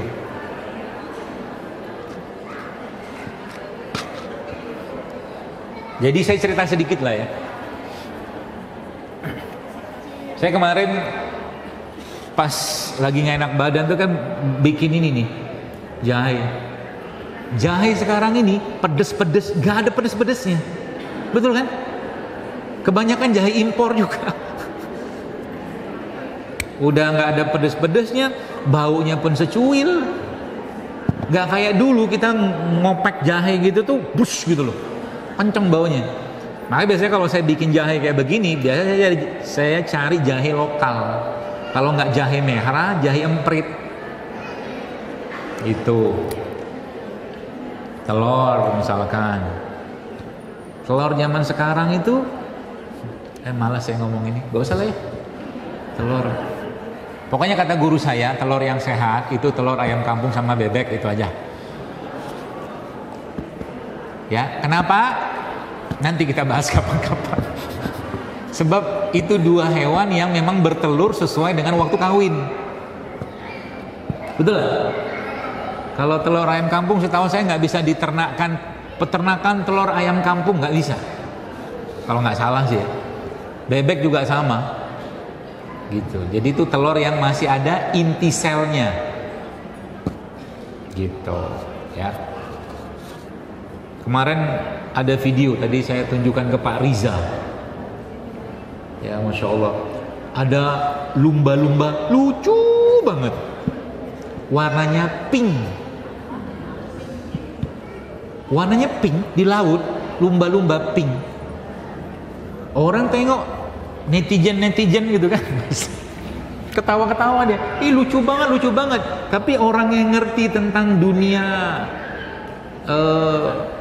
bakteri ya, atau dunia apa namanya sel kayak gitu-gitu tuh, mikrobiologi, ngeri dia. Karena lumba-lumba itu sudah tercemar paparan dari gen babi. Nanti browsing aja kalau nggak salah. Kalau udah masuk tentang gen babi ini di pupuk segala macam, dia mau dicuci pakai apa tetap akan nongol di situ selama-lamanya. Babi itu. Ya, makanya kalau makan gitu kan, beli buah-buahan, hati-hati. Ya, pupuknya kita nggak tahu kan, beli buah lokal aja lah, yang tumbuh dengan alami dengan sendirinya, gitu. Ya, itu penyebabnya jompo tuh kayak begitu. Sarannya gimana? Ya kembali ke ini. Susah nggak minum orang anak-anak muda zaman sekarang minum kayak beginian? Susah. Itulah perjuangannya. Ya, makanya saya di Jakarta nanti kapan-kapan sempat main bikin apa namanya kafe JSR, namanya sih ada stand, nggak ada stand ya. Jakarta itu yang ada JSR Store itu apa namanya salah satunya mencoba menyajikan bagaimana rimpang-rimpang itu bisa dikonsumsi dengan hati yang tenang dan damai dan tanpa terasa bersalah oleh anak-anak muda. Dari mulai kemasannya, dari mulai rasanya dibuat sedemikian rupa. Ya, terakhir saya lihat di farmasi UGM mereka sudah mulai bikin kafe-kafe jamu kayak begitu. Ya, tapi tetap waspada dengan gula pasir dan kental manis itu. Maka kalau di kafe kan kita nggak pakai gituan. Ya, jadi kalau ditanya cara memperbaiki gimana, paling gampang ya ini. Kalau mau agak susah, rimpang-rimpangan. Yang kedua apa? Olahraga. Yang ketiga apa? Berbekam. Bekam itu sangat baik untuk membersihkan toksin-toksin di darah lah terutama ya. Itu mungkin yang pertama. Terus yang kedua berkaitan sama ini rimpang ini ya, bagusnya digeprek, dipotong, diserut atau di mana-mana yang mudah aja lah ya. Yang agak sedikit membedakan itu kalau khasiatnya itu dengan perlakuan yang berbeda. Contoh misalkan dia dididihkan sama diekstraksi sama air panas, itu beda khasiat. Tapi secara umum kalau saya sendiri misalkan ya, yang saya diajarkan ya, jadi karena mereka ini juga punya enzim ya, kata guru saya ya cukup sebenarnya pakai air anget aja. Jadi Anda geprek gitu kan, kalau ininya bener ya, kalau ininya bener, maksudnya rimpangnya bener ya, cuci kayak kemarin saya bikin kayak wedang, ada jahe, ada serai, ada lengkuas gitu tuh, itu kan kulitnya saya nggak kupas, jadi saya cuci aja ya, karena kulitnya ini tetap bermanfaat sebenarnya. Cuci bersih, mungkin ada yang hitam-hitam kita buang, nanti disikat aja pakai sikat gigi atau apa gitu, lalu diancur-ancurin ya, kasih air panas dispenser cukup, tunggu sebentar sudah keluar aromanya itu buat harian sudah cukup insya Allah ya, yang paling gampang. Kalau diiris gimana nggak apa-apa. Jadi sebenarnya fungsi dihancurkan atau mungkin kita mau panaskan itu sebenarnya fungsinya apa? Untuk mengeluarkan inti selnya dia ini di dalamnya itu di sel. Pemanasan itu salah satu fungsinya adalah mengeluarkan inti selnya itu, bahan aktifnya biar keluar, itu aja. Jadi misalkan mentok-mentok misalnya nih nggak punya air panas juga ya, ini air putih begini aja, cemplungin, tunggu berapa jam, nanti dia terekstrak sendiri, namanya ekstraksi, sudah cukup ya. Nah ini nih yang diminum tiap hari, bawa pakai tumbler gitu kan tiap hari. Coba aja Anda mulai rutinin sebulan 2 bulan, lain di badan ya, karena memang banyak banget inti selnya di sini gitu ya. Makanya zaman dulu kalau kita lihat beberapa film dokumenter itu emang harganya mereka ini sama kayak emas zaman dulu ya, kalau sekarang masih mahal emas gitu mungkin.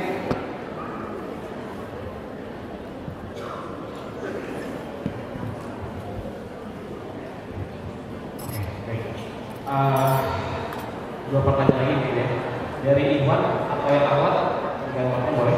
Oke.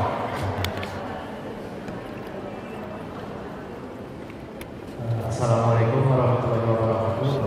Perkenalkan, saya Taufan, Pak Ustadz dari Cimahi. Saya mau menanyakan perihal teknik pengolahan pipam atau sejenis jahe itu.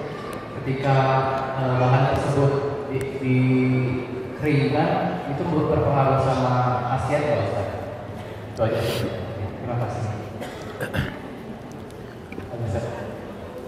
Baik, jadi gini, sebenarnya proses pengeringan itu fungsi utamanya adalah untuk mencegah pembusukan. Ya, kan teknik pengawetan. Jadi pengeringan itu termasuk teknik pengawetan. Jadi sebenarnya ketika rimpang kayak begini itu kita keringkan, ya, kemudian kita simpan sekian lama, kemudian kita seduh lagi, apakah terjadi penurunan khasiat. Saya pribadi belum pernah baca sedetail itu, tapi kemungkinan iya, karena dia kan pasti teroksidasi. Ya, teroksidasi itu proses oksidasi itu kan ya radikal bebas, kalau macam elektron lepas gitu-gitulah, pasti akan ada. Jadi memang kalau tidak ada uzur atau keperluan kita untuk mengeringkan, misalkan kita masih bisa buat dalam kondisi kayak begini, mendingan bikin kayak begini aja, masih fresh kayak begini. Yang lebih baik lagi kalau habis dipetik terus kita buat, kalau ada pohonnya gitu paling bagus, ya. Jadi berkurang sih berapa persen, wallahu alam saya nggak tahu, ya. Cuman kalau dibilang idealnya gimana, ya fresh begini aja gitu.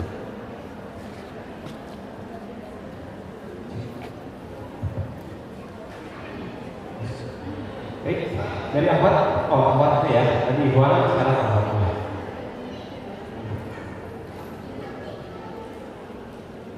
Assalamualaikum warahmatullahi wabarakatuh.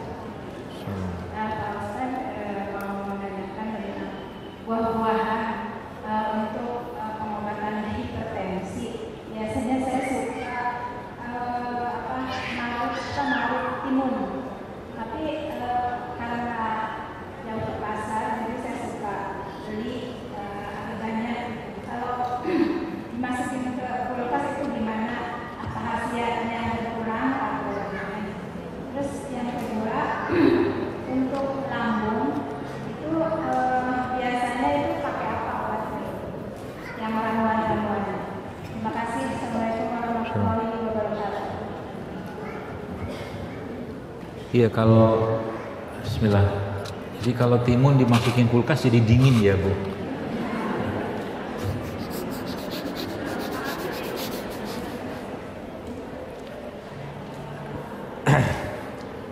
Jangan simpan sering-sering bahan pangan di kulkas kalau nggak ada uzur, karena freon. Ya, jadi pesan saya itu aja. Jadi Ibu beli aja ke pasar tiap hari. Kalau kuat, ya, sebab ya kulkas itu bermanfaat ya, cuman ya tetap ada freon kan, mau tidak mau di kulkas gitu. Jadi kalau disimpan di kulkas gimana? Apa khasiatnya? Ya sama kayak tadi sih sebenarnya. Ya. Pasti tidak akan se-fresh kalau masih dalam kondisi suhu normal, gitu. Tapi kalau Ibu mau simpan tidak apa-apa lah. Buat Ibu oke lah, Bu. Daripada Ibu capek kan, nanti marah-marah pula, ngomel-ngomel ke saya gitu, misal. Tapi saya enggak lah, saya yakin enggak. Apa-apa Bu simpan aja, tapi lebih baik jangan. Kalau mau beli dikit-dikit saja, mungkin buat 2-3 hari, saya kira mungkin timun disimpan tidak di kulkas pun enggak apa-apa. Bisa tahan bangsa semingguan kayaknya bisa deh. Ya, kalau timunnya bener. Ya. Agak melewat dikit sih, tapi biasanya butuh waktu lama karena kan timun itu dia sangat sensitif dengan panas sebenarnya. Kalau di rumah nggak panas-panas banget, simpan di luar aja, jangan di kulkas, gitu. Terus tadi apa satunya, apa buah? Apa tadi? Untuk lambung. Oh, lambung. Mungkin Dok sedikit saya untuk aplikasi itu seperti apa cara jualnya dan sebagainya. Ya mau sedikit aja.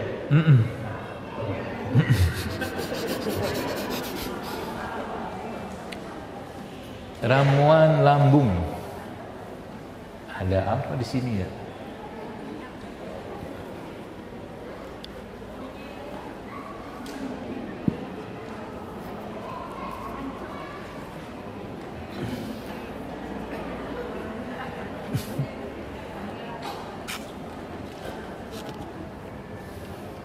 Jadi sebenarnya gini, banyak sekali ramuan-ramuan lambung dan di buku saya pun cuma ada ya. Tapi secara umum salah satu yang biasa saya pakai sebagai ramuan paling utama untuk lambung itu adalah jahe. Ya. Jahe kayak begini. Kemudian ditambah apa? Biasanya ditambah dengan serai. Ini serai. Terus diapain? Dimasukkan ke dalam air.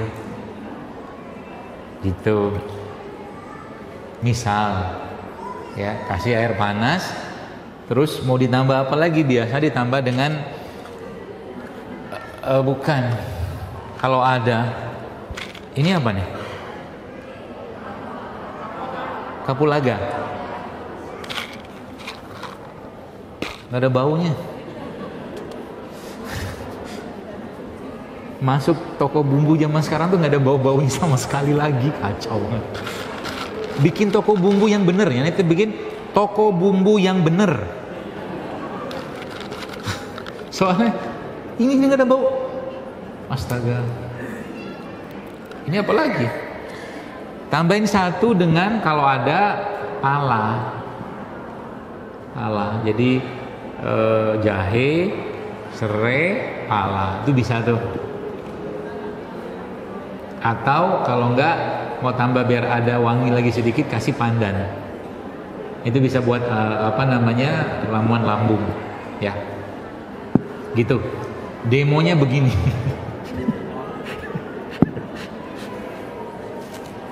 Sudah tahu lah kan cara bikinnya kan. Masa saya harus iris-iris lagi? Saya ambil lagi deh. Ya yang begini juga nggak apa-apa nih, kayak begini nih ya. Kasih air panas. Ini air panas ya ibu-ibu, air panas.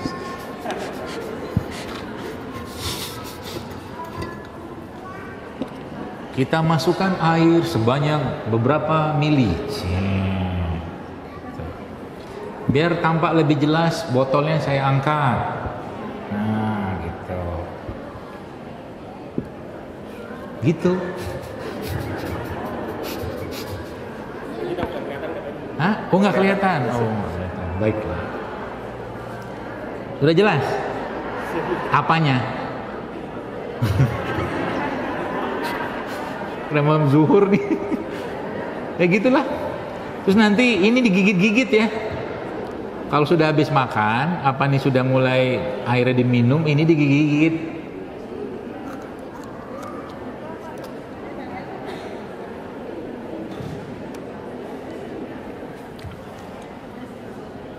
Nggak ada pedes-pedesnya. Ada lah dikit. Ini juga digigit. Gitu. Ini serai apa lagi nih? Allahu Akbar. Ini nggak ada bau-baunya. Habis sudah pertanian kita. Jahe nggak ada wangi, serai nggak ada wangi. Gitu. Jelas ya? Udah ya? Kita baca bu, jahe, serai, pandan dan baik, untuk jamaah ada mau coba minum dulu? Wow, masih bikin dulu mah ya? Panitia bagaimana? Masih bisa kita jawab? Oh jangan pak, jangan. Ini belum dicuci ini. Panitia ini boleh diminum? Oh tuh. Oke. Bapak mau minum? Iya. Ini aja pak. Iya. Habis ini. Ini boleh pak. Terima kasih. Ini soalnya bekas gigitan saya. Ya. Ini di bagian cemara. Nanti bapak agak-agak error. Oke. Masya Allah. Baik gurunya, aku habis ya. Alhamdulillah, Masya Allah sudah selesai. Baik Bapak dan